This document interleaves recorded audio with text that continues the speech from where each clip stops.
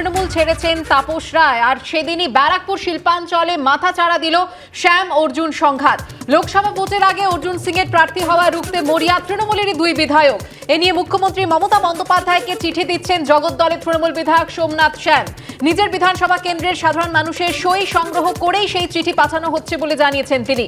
অর্জুন আগে ঠিক করুন তিনি তৃণমূলের প্রার্থী হবেন না বিজেপির, কটাক্ষ বীজপুরের তৃণমূল বিধায়ক সুব্রত অধিকারী।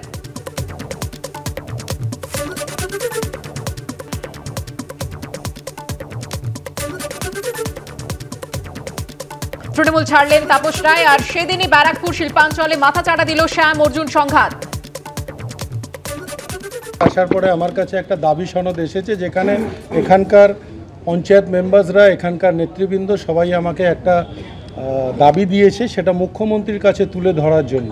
তাদের এই দাবি যে 2019-এ যেভাবে বিজেপি জেতার পরে ব্যারাকপুর লোকসভা মানুষকে বাড়ির থেকে টেনে নিয়ে রাস্তার উপরে কোদালের বাট দিয়ে এবং বেলচা দিয়ে রাস্তার উপরে নৃশংসভাবে যেভাবে মারা হয়েছিল এবং ঘরবাড়ি জ্বালিয়ে দেওয়া হয়েছিল, প্রত্যেকটি পার্টি অফিসকে গেরুয়া রং করে দেওয়া হয়েছিল, সেই তাণ্ডব যেন দ্বিতীয়বার না আসে, সেই রকমের অশুভ শক্তি, সেই সব মতন লোকদের যেন ব্যারাকপুরে কোনো স্থান না দেওয়া হয়, এটার একটা দাবি সনদ ইতিমধ্যেই বিভিন্ন জায়গার থেকে, ব্যারাকপুর লোকসভার থেকে এবং জগদ্দল বিধানসভার একাধিক প্রান্তের থেকে আমার কাছে উঠে আসছে এবং আমার কাছে এসছে, যেটা তারা দাবি জানিয়েছে যে আমার হাত দিয়ে মুখ্যমন্ত্রীর কাছে পাঠাতে।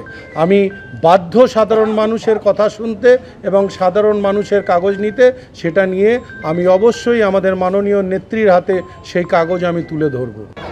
এবার 2019-এ যারা বিজেপি করেছে, যে বিজেপি তাণ্ডব হয়েছে, তখন যে সিংহ হয়েছে আমাদের প্রায় 750 বাড়ি ঘর দোকানপাট ভাঙচুর করেছে, 1500 কর্মী আমাদের এলাকা ছাড়া, সাধারণ মানুষ এলাকা ছাড়া ছিল।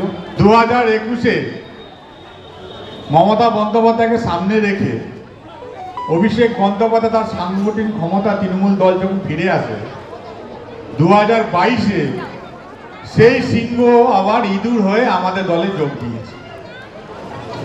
এটা বলার কারণ হচ্ছে, সন্ন্যাসী রাজা যখন যাকে সিংহ বানিয়েছে, তাকে ইঁদুর বানাতে বেশি সময় লাগে।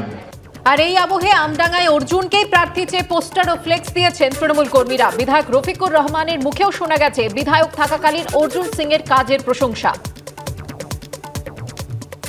আমি হাইকমান্ডের নির্দেশের অপেক্ষা আছে, হাইকমান্ড যাকে প্রার্থী করবে আমি তার সঙ্গে আছি, কিন্তু আমরা মানুষের আবেগ অর্জুন সিং।